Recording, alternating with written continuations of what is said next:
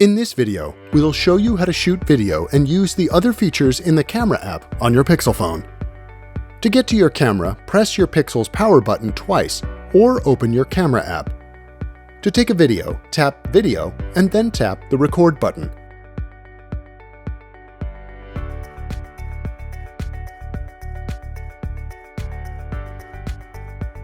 To shoot video in slow motion, tap Slow Motion and then 1/4 time.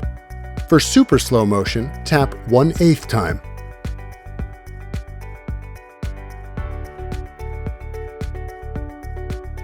If you want your Pixel phone to use software to keep your handheld camera footage from looking shaky, tap the Video Stabilization button.